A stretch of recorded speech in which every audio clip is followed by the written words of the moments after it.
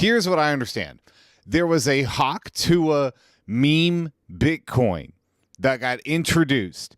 Its value shot up to basically $500 million, $500 million. And then it tanked down to, I believe, 25 million overnight. Dog, people want the Hawk Tuah girl in jail. People want this woman behind bars. Like, she's a murderer. Can you all, like, everybody, yo, like, let's chill. Like, do you know what jail is? Jail is a place for people who, like, rape and kill people. You want the Talk to a lady in there? Let's pump the brakes just real quick. Everybody calm down for a second. And here's why I'd extra say to calm down, pump the brakes for a second.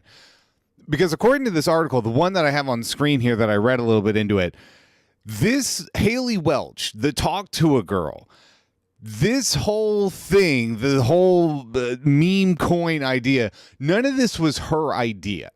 This is not her coin. She did not create this. She did not conceive of this. She didn't build it. Nothing. Somebody else made this. Minded. I don't know how the fuck Bitcoin works.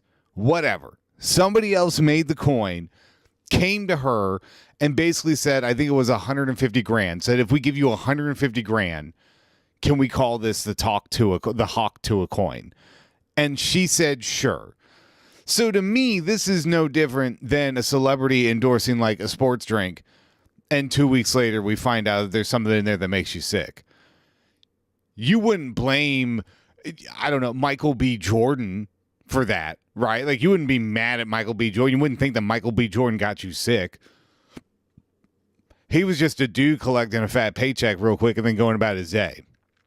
That's how I would categorize the Hawk Tuah girl in this situation. So this is not her coin, her investment, her bit, nothing. The only thing that she has to do with this is that the only money she made was a flat rate for them to be able to call it the Hawk Tuah coin. So that's it, right off the bat. That's just putting that into perspective. So I'm not jumping down the Hawk Tuah girl's throat over this. I think a lot of people are. Dude, people, like I said, people want this lady in jail. I don't want the Hawk Tuah lady in jail. Do you know she has the third most popular podcast, only behind Joe Rogan and Tucker Carlson? Did you know that? I believe that's the order, too. I think it goes Joe Rogan, Tucker Carlson, the Talk Tuah podcast. If you want to know what the lowest art form out there is right now, it's podcasting. Like, I'm a stand-up comedian, and for the longest time, stand-up comedy was down. It was down there. Stand-up comedy is what celebrities start doing after they get accused of rape, right? That's how low the art form is. Like, you catch some legit accusations and you go, well, looks like it's time to sell out the Chuckle Hut in Kansas City for 2 weekends in a row. Like, that legitimately, like, that's what they do. That's where the industry is. Oh my God, can you imagine if we got all three of them on a podcast together? Holy shit. God might come down to be like, all right, you know, I really tried not to intervene. I really tried to not get involved with a lot of the shit. I really tried to just kind of let you guys do your thing, but I can't let I mean, these are it. The top, Tucker Carlson, Joe Rogan, and Hawk Tuah. Really? Do you think this is what I had in mind when I created you, when I started this whole shit? Yeah. No, they're going to learn to build tools, and they're going to control rivers.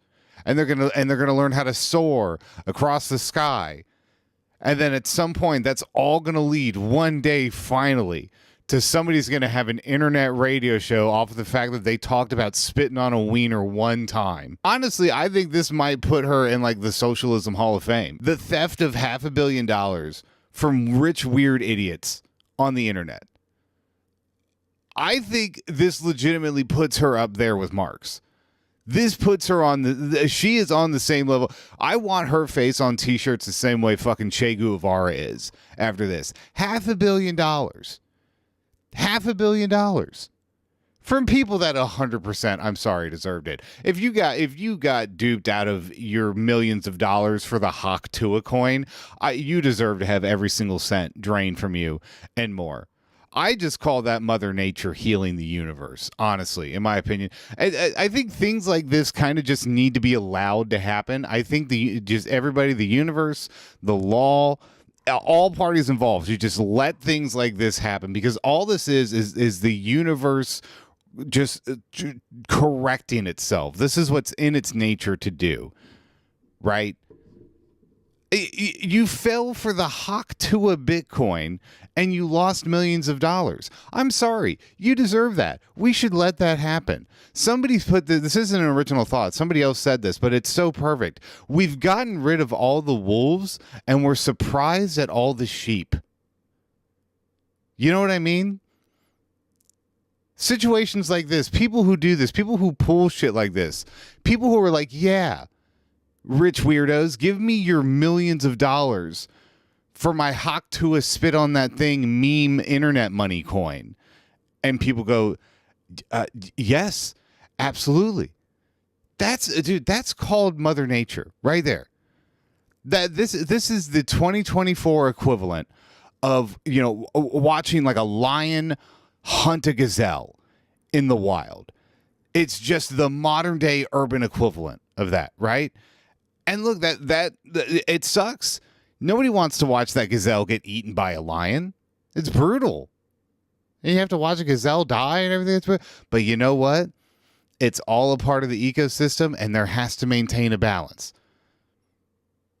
And there has to be predators like this. There has to be people who come along like this every now and then, who just swindle. We need cartoon level supervillainry to happen every once in a while in the world to just give us hope. We need real life Robin Hoods like this just every once in a blue moon just to keep us going. You know what I mean? Mother Nature never gives us enough. When it comes to, bad things happening to stupid rich people, it's such an immense source, but also rare source of joy and entertainment in our lives. And you never get quite enough. But Mother Nature just, little drops, little bits, just enough to keep you going like, oh, yeah. Dude, it's so funny when bad things happen to stupid rich people.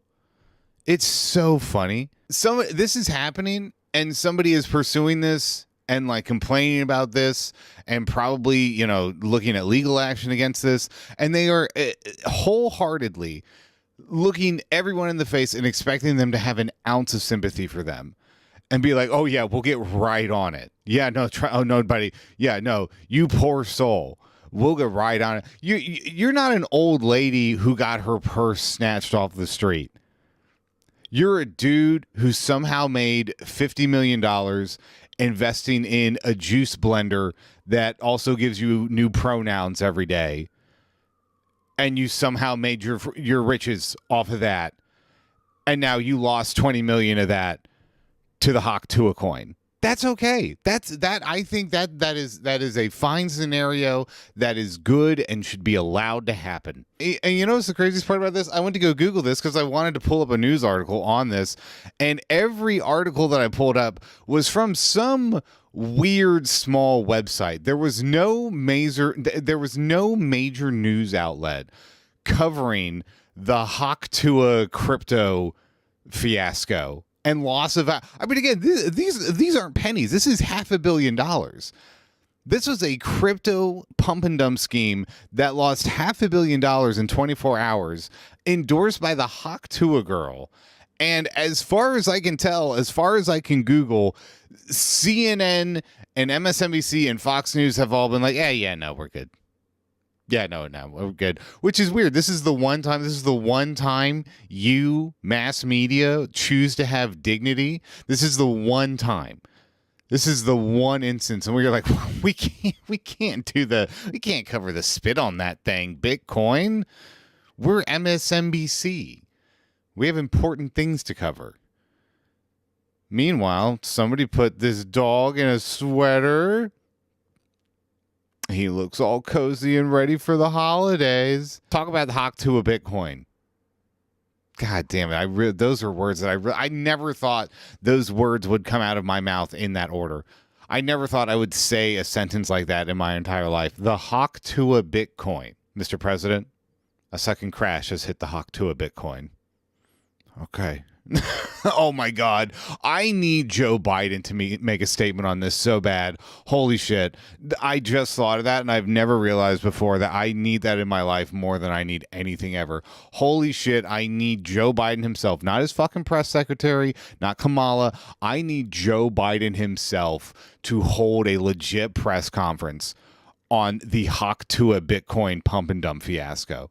I really want to hear what this man has to say, and I would give everything in the world to hear that man sincerely and unironically say Tuah, and not just Tuah, Tuah Bitcoin. Tuah Bitcoin. That sounds like a Pokemon. That doesn't sound like a real thing in the real universe. That sounds like something from an anime. Tuah Bitcoin sounds like some weird side character from an anime who dies 5 episodes in, but it's not. It's online money that lost $500 million of real money. God damn, dude, like, why didn't the world just end in 2012? I feel like we could have just called it. God, dude, now that I think about that, how good things would have been, looking on it retroactively, if things would have just ended in 2012. If the whole world would have just kablamo, we called it quits, I think we would have gone out better than however we're going to go out. Because I think however we're going to go out is not going to be pretty. Whatever it is, be it natural or man-made, society will end. The earth will end.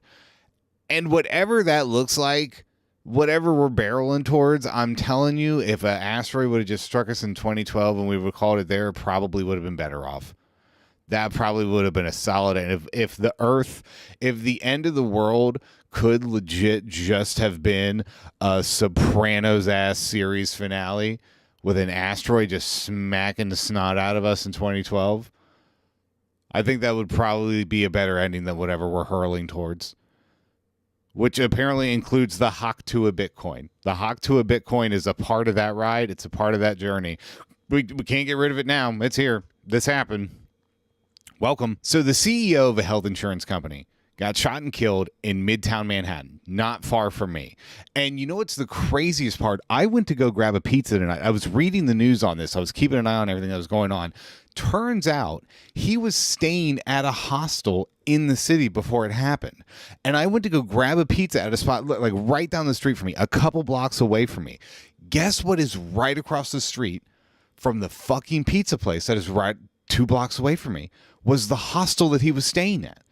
This dude was staying right up the street from me before all of this happened. This case is also highlighting the challenge that companies face in protecting their executives. I want to be really careful about how I word this because I don't want this to come off the wrong way. The best way to keep shit from like this from happening is to not spend every single day of your life as the executive of a health insurance company making people's life worse and or harder, and sometimes ending it.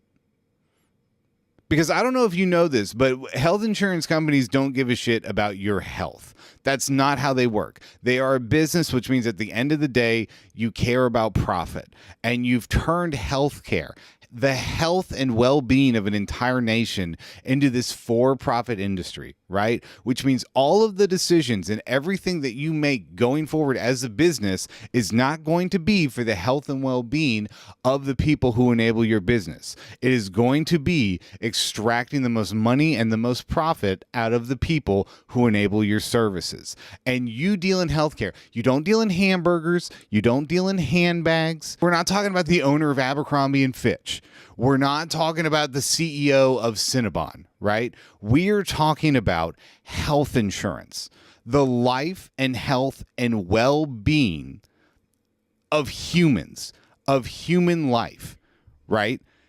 And again, I don't know of a nicer way to say this. The best way to keep things like this from happening, the best way to keep your executives and to keep your workers safe is to stop making decisions that ruin and sometimes end people's lives. I don't know of a nicer way to say that. And I don't want that to be taken the wrong way. I don't want that to be taken as threatening. I don't want that to be taken as like insinuating. It's just like, well, if you better watch it. It's nothing like that. I'm saying that out of 100% sincerity, and I'm saying that out of 100% earnest. If you do not want things like this happening, that means that these, not just these companies, not just these people, these industries as a whole cannot keep operating in the way that they are operating. What's the best way to protect these executives? Stop making decisions that literally kill people's grandmas. I don't know how else to say it. I don't know how more bluntly to put it. And there's no better. I wish I could give you a flimsy bullshit answer to that. I wish I could give you a fun, sexy answer to that. There isn't one. I mean, again, we're not talking about the CEO of a candy company. We're not talking about a dude who owned a coffee shop. We're not talking about the president of Olive Garden. This is health insurance. This is literally people's lives, dude. And to them, it's a game. Literally a game. To them, it is literally Candy Crush. How can they swipe things in the best way possible to earn them the most coins? At the end of the day, this shit is this shit is Candy Crush to them. And again, it doesn't matter if they own a coffee shop or if they run a health insurance company. They don't care. It doesn't matter. It's all Candy Crush to them. And you got to admit, there's a big fucking difference between owning a coffee shop and owning a health insurance company. The impact and the results and the consequences and the burden and the responsibility of those two things could not be more vastly different. And I think the normal everyday people, we look at that and we see that and we recognize that, right? But these people don't. These people don't. People who get into business, the rich, the powerful, 99.999% of the time, they do not actually give a shit about whatever industry they're in. They're not in healthcare because they have a passion for, medicine and helping people. They're not in construction. They're not in, real estate because they have a passion for architecture and housing and whatever. They literally, all these rich and powerful people, if they weren't born into it, if it wasn't because their father or their grandfather did it, they did it because they somehow stumbled into it and realized this was their chance at making the most money. They don't even give a shit about the thing they work in. They don't even give a shit about health insurance or architecture or the coffee or the clothing, whatever it is. All they care about is how can I make the most amount of money by any means necessary with whatever industry I'm in at the time. That's it. That's all these people care about. And again, when you're talking health insurance, that's going to have a lot bigger impact and a lot bigger outcome and a lot bigger consequences than when you own a few McDonald's franchises. But they don't see it as that. It's all fucking Candy Crush to these people. Ritter with ThreatWise Global says now is a good time for businesses to take a long, hard look at their own security. This reminds me of so much when we talk about like things like crime, right? It's like these are systemic institutional problems. Why this happened was not because this dude didn't have a bodyguard. Why this happened wasn't because this company didn't update their security policy enough this year. That's not why this happened. This happened because this company has made this, and every other company like this and every other has woken up every single morning and made decisions that have negatively impacted and again sometimes ended people's lives. That is the end of the day end goal answer to this issue right here. And these people will never consider that for a split second. They will never think about that for a single second. That thought will never cross their minds. And that's the worst part about all this. That really is the shittiest part about it. They will never perceive of it from that angle. I mean, I obviously understand a response to this being like, okay, well, maybe this guy should walk with security now. Maybe this guy should have a bodyguard or two when he's going to certain places. Now, I get that mentality, obviously, after something like this. But again, never for a single second are these people going to sit down and like actually think about and consider why this actually happened? The real systemic, actual reason why this happened will never cross their minds. And it's so fucking pathetic. We'd never learn. Have we learned a lesson from anything ever in this country? I almost feel like that's almost kind of what this country was founded on. This country was founded on like, well, that sucks. Well, what are you going to do? And it's like, well, there's actually a lot of things. I actually have a list right here if you maybe would want to check it out and see if you have any ideas. And they're like, I'm going to be honest with you, man, that sounds really gay. I'm not doing that. But, thoughts and prayers. Remember that Nickelback song where they're like, look at this photograph. And then they're talking about like, this used to be an arcade and this place used to be like, it's so clear that those guys are from Canada. Because if you did that song anywhere in America, like outside of like 3 places, there's not a lot of places in America that have a ton of culture. So the whole song would just be, this place used to be a Blockbuster, now it's a fucking Popeye's chicken. That's just it. Everything just turns from one chain to one chain. You're just nostalgic for whatever chain restaurant was ever at that place. That's the new, different chain restaurant. That's what getting older in America is. That's what nostalgia in America is. This place used to be a Myers. Now it's a place where they sell tires. You're so engaged in politics, why not ask you? The Costco Boom family is at it again. What? Equally thrilling is the Mr. Beast drama. He may or may not be a war criminal. You're just saying nonsense. Hawk Tuah Girl has a podcast. Pretty good one, too. Let's get her. This is Gen Z politics then versus now. The same thing happened and is happening currently to Gen Z that I think happened to millennials. It's the defeatist attitude. They tried. I really think that's what happens with millennials. Millennials, we tried. We really thought we were going to change things. We were going to be this generation. We were going to do all this. We tried. Nothing changed. Nothing got better. So an entire generation just kind of threw its hands up and went, fuck it. I'm just really into Legos and anime now. I'm never going to be able to afford a home. And politics still sucks even after we did all that protesting. So I'm going to kind of just like keep working at the mall probably until I die. And then basically just in my free time, pretend like I'm a 12-year-old again. And that's it. That's what happened to an entire generation. Just because time is just so fucking cyclical. Happening to the new generation because nothing got better. I think that's why you're starting to kind of see, we're starting to see the tables turn a little bit on, I hate using this word, but quote unquote, kind of like woke culture and cancel culture and things like that. We're kind of starting to see a turn of the tables and a little bit of pushback against it because here we are, 2024.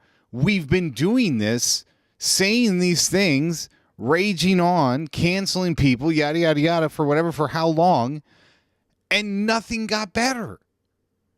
If anything, shit just got worse. Not saying that it's because of that, but it's just saying nothing inherently got better. And I think whether people realize that or not, that's what I feel like is going on. We did all this complaining. We did all this canceling. We did all this scolding. We did all this, blah, blah, blah, blah, blah. And nothing got better. So why would we keep doing it? Why would we keep walking on eggshells? Why would we keep doing all these things if it's not going to make anything better? And so you start to see, again, tables kind of turn. A little bit of pushback on it. And that's kind of where we're at now with it. Nothing got better. What do you want us to do? And everybody thought the same thing about Gen Z. These guys are going to do it. This is going to be the generation. This is going to Did all of this. Shit just got worse. Screw it, dude. I'm just throwing on the Talk to a podcast. Let's go. This is life now. Skibbity Ohio Riz. Bring the boom. Why not? Why would I not just sit here and watch AJ and Big Justice all day, dude? I tried voting. A few times and shit got worse. I'm not saying it's my fault, but I'm just saying I did it and that's what happened. So everything that everybody told me to do to make a change and make things better. I did it. None of it worked. And not only did none of it work, shit actually got worse. So, fuck it. Gen Z are the new boomers. Oh my God, don't even get me started on that. Do we want to go there? Do we want to round out into that rant real quick about Gen Z being the new boomers? Yeah, I mean, fuck it. I'll say it, dude. I have seen takes and opinions from younger people, and I'm 34, right? So I'm not like old, but I'm definitely not a spring chicken. But I've seen takes and opinions from younger people, kind of like, early 20s ish and, below that legitimately remind me of my kind of crazy religious mom from the 90s. I grew up with a mother who was so religious. I mean, satanic panic, that whole thing. I mean, the whole 9 yards, right? And I see some of these complaints and I read some of these comments and I hear some of the things that these kids say.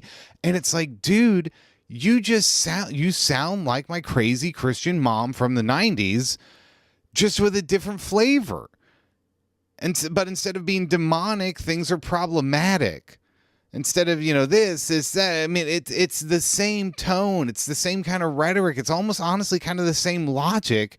It's just kind of aimed differently, worded differently, and just like flavored differently. I mean, I kind of really didn't get it when people called people like Gen Z the new boomers.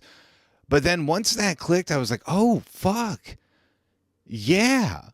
Like this weird kind of we've developed this new sense almost of purity now. Boomers kind of grew up with this purity culture, but their form of purity culture was stand up straight, go to church every Sunday, don't swear, don't spit on the ground, get married, have 2.5 children, buy a white pig.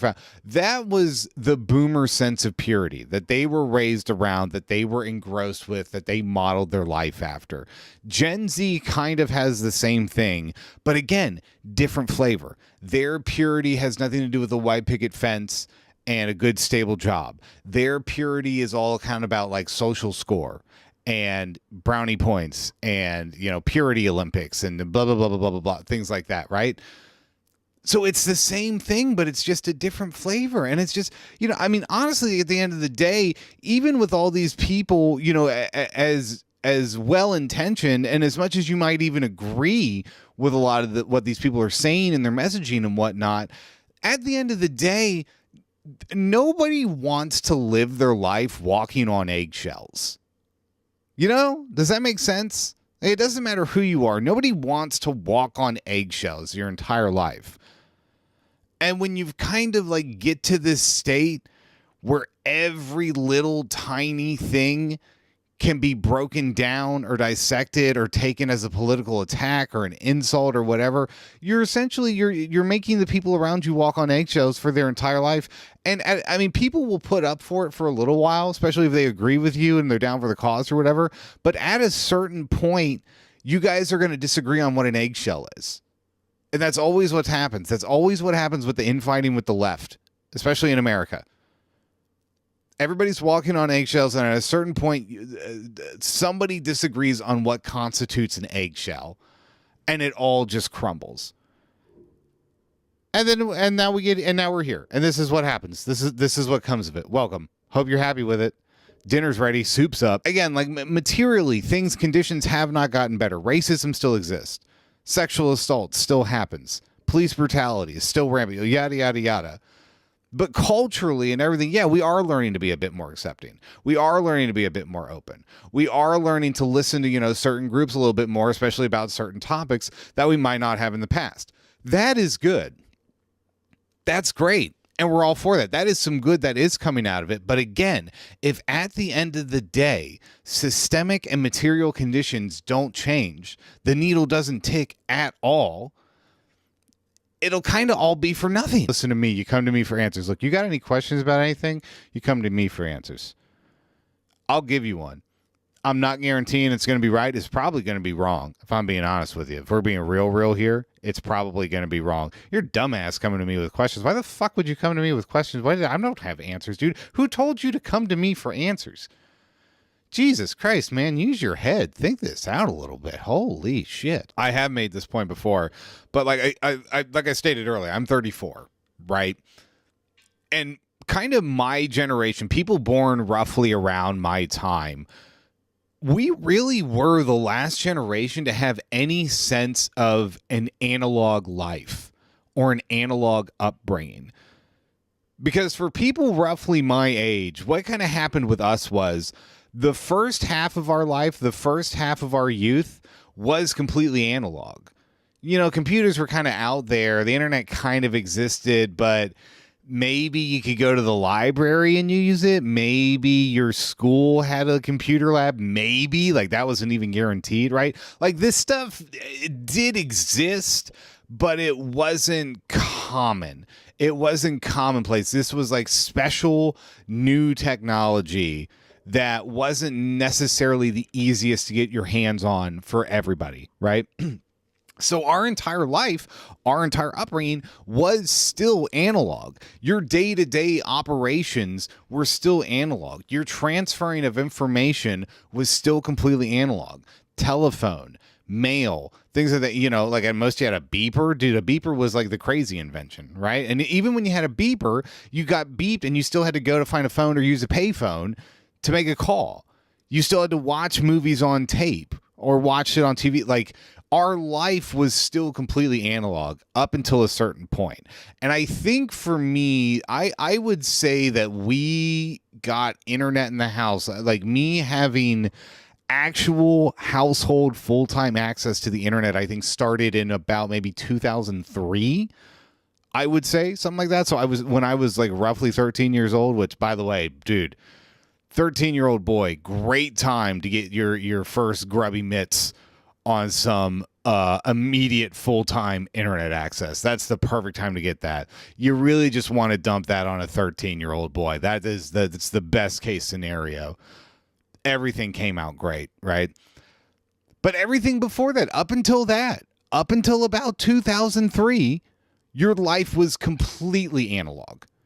And even a little bit past that, even a little bit kind of farther into that, you were still pretty analog. Around like 2006, 2007, okay, we're stepping out a little bit. Oh, what's that? I can like message my friends on MySpace. That's cool. I guess we can kind of communicate like that. But I don't think, I really don't think we hit what I would consider a truly 100% internet, online, phone, mobile base society until,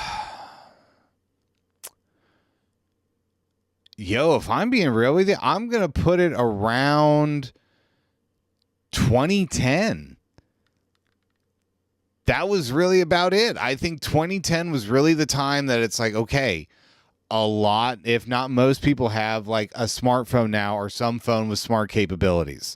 They're messaging on Facebook. They're messaging on whatever. They're paying their bills online. They're ordering food online. They're streaming their movies online.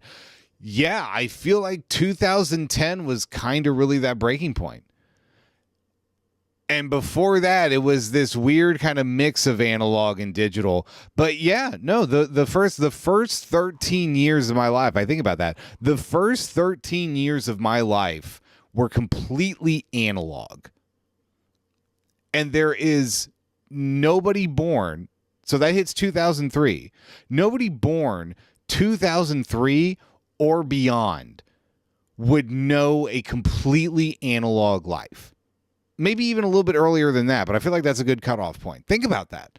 Nobody born from 2003 or beyond would ever or will ever know a completely analog life. All the old generation complains about the young people. That is a tale as old as time, right? Nobody's saying that that's anything new. But what I am saying is the level at which technology has advanced and the internet has advanced and the level and at speed at which it's taken over our lives and changed our lives and changed how we function as human beings, how we function as people, this is unprecedented. We have never seen anything like this before. Technology used to advance at a fairly steady drip, right? You had the radio. Radio was pretty big. You could communicate news easier. People could hear music and everything. Music, radio was a game changer, but it didn't really, I think, change us functionally as human beings, right? I don't think it really altered how we went about our day-to-day lives. Television happens. That's pretty big. That's a big one. That maybe in little kind of nuanced ways you can argue it did kind of change how we go about our day-to-day lives, how we perceive things, yada, yada, yada. There is an argument to be made there, right? But at the end of the day, it's nothing near like the iPhone or the internet, right? So we have like this nice little steady drip of technology kind of throughout the years. And then, dude, the second we hit the 2000s, again, the second we hit like 2003, 2004, 2005, somewhere in that arena, it just went fucking roadrunner on us. It sped off 1,000,000 miles an hour, faster than anybody could have ever imagined. And again, we've never seen anything like that before. We've never dealt with anything like that before. So, I mean, yes, the older people complaining about the new generation is nothing new.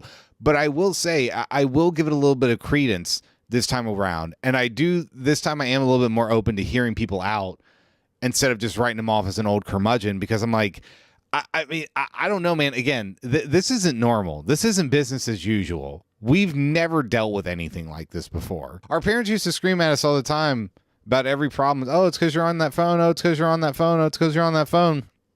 And we turn around. It's like, dude, shut up. Like, my phone isn't making me depressed. My phone isn't doing this. It turns out maybe the whole time, yeah, it fucking was, dude. That phone was. You should have listened to them. You should have put down the damn phone. But now our parents are just as addicted to it as we are. Every mom is more addicted to Candy Crush than any 12-year-old boy is to Fortnite.